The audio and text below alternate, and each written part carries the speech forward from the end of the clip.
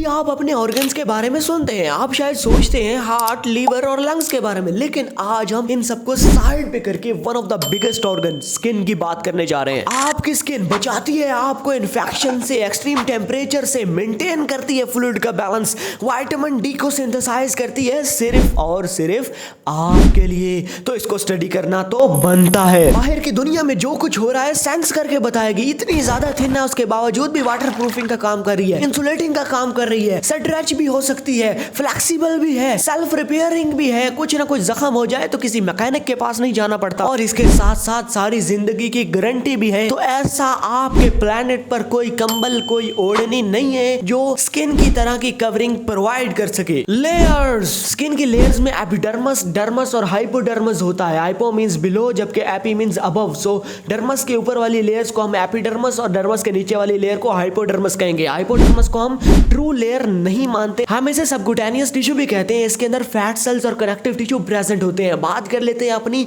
Skin की उस layer की जो हमें आंखों से नजर आती है, यानी कि सबसे ऊपर layer, the most superficial layer of the skin is the epidermis. Epidermis की मजीद 5 छोटी छोटी लेयर्स हैं जिनको हम stratum corneum, stratum lucidum, stratum granulosum, stratum spinosum और स्ट्रेटम बेसिली कहते हैं। घबराओ नहीं, निमोनिक्स बता देता हूं। एक बाप अपने बच्चे को कह रहा है काओ लाओ गांव से बेटा, लेकिन याद रखना एपिडर्मस की ये 5 लेयर सिर्फ थिक स्किन वाली जगहों पर प्रेजेंट होते हैं, यानी हाथ की हथेली और पांव के तलवे में। बल्कि उसके अलावा जो हमारी थिन स्किन है वहां पर 4 लेयर्स एपिडर्मस की प्रेजेंट होती हैं और उनमें स्ट्रेटम लुसिडियम नहीं होता। Squamous epithelial cell, melanocytes, keratinocytes, Langerhans cells और मर्कल सेल्स, ये तमाम हमारी स्किन के सेल्स हैं। वीडियो के एंड तक आपको इनके फंक्शन भी पता चल जाएंगे। जिस तरह एपिडर्मस की 5 लेयर्स थी, उसी तरह डर्मस की भी 2 लेयर्स हैं जिनको हम पेपिलरी डर्मस और रेटिकुलर डर्मस कहते हैं। अच्छा, एपिडर्मस में पाए जाने वाले सेल्स में से 90% से भी ज्यादा सेल्स हमारे पास केराटिनोसाइट्स होते हैं। केराटिनोसाइट्स केराटिन प्रोड्यूसिंग सेल्स होते हैं और ये केराटिन एक प्रोटीन है जो हमारे हेयर, स्किन, नेल को हेल्थी और स्ट्रॉन्ग रखता है। इसलिए आपने केराटिन शैम्पूज और कंडीशनर्स देखे होंगे जो कि दावा करते हैं कि वो हमारे हेयर को हेल्थी और स्ट्रॉन्ग रखते हैं। अगर बात करें फंक्शन ऑफ केराटिनोसाइट्स की, तो ये प्रोटेक्शन प्रोवाइड करते हैं, किसी भी माइक्रोबल, वायरल, फंगल या फिर पैरासाइटिक अटैक से प्रोटेक्ट करते हैं। और उसके साथ साथ यूवी रेडिएशंस, बड़ी मेन बात बताने लगा हूं,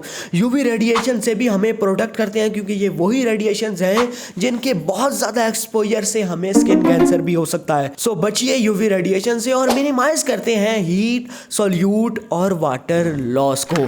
केराटिनोसाइट्स एपिडर्मस की सबसे डीपेस्ट लेयर स्ट्रेटम बेसिलम में प्रोड्यूस होते हैं और स्ट्रेटम कॉर्नियम जो कि उसकी सबसे सुपरफिशियल लेयर है, वहां पर आकर वो पायरोप्टोसिस जो कि अपोप्टोसिस और नेक्रोसिस की तरह सेल डेथ मैकेनिज्म है, उसकी वजह से या उसके थ्रू डेथ हो जाती है। किसकी? केराटिनोसाइट्स की स्ट्रेटम कॉर्नियम में। और प्रोड्यूस कहां पर होते हैं? स्ट्रेटम बेसिलम में। ऐसे एपिडर्मल सेल की बात करते हैं जिसकी वजह से लोगों ने आपस में दुश्मनियां पैदा की और लोग आजकल उसकी वजह से अपने आप को दूसरों से बेहतर समझते हैं। यानी मैं बात कर रहा हूं मेलानोसाइट्स, वो सेल्स जो हमारे स्किन कलर का डिसीजन करते हैं। मेलानोसाइट एक स्पाइडर शेप सेल है और मेलानिन प्रोड्यूस करता है, लेकिन आपके स्किन कलर का डिसीजन मेलानोसाइट की वजह से नहीं होता, बल्कि उसके स्पाइडरी सेलुलर एक्सटेंशंस की वजह से होता है। यानी मेलानोसाइट की जो ये शेप है, इसमें जो स्पाइडरी एक्सटेंशंस हैं, अगर वो ज्यादा चौड़ी होंगी तो मेलानिन की अमाउंट ज्यादा होगी, और जब मेलानिन की अमाउंट ज्यादा होगी तो आपका कलर डार्क होगा, और अगर कम होगी तो आपका कलर पेलेस्ट होगा या फिर फेयर होगा। अब आपकी बॉडी पर कोई भी चोट लगे तो सबसे पहले आपकी लाइन ऑफ डिफेंस तो स्किन है। सो जब बात आती है बाहर की दुनिया से प्रोटेक्शन की, तो ये कोई सरप्राइजिंग बात नहीं होगी कि आपकी स्किन के एपिडर्मस में इम्यून सिस्टम के सेल्स होते हैं। ये आपके डेंड्रिटिक या लैंगरहैंस सेल्स कहलाते हैं। इनकी शेप स्टार शेप्ड की तरह होती है और WBC और प्लेटलेट्स की तरह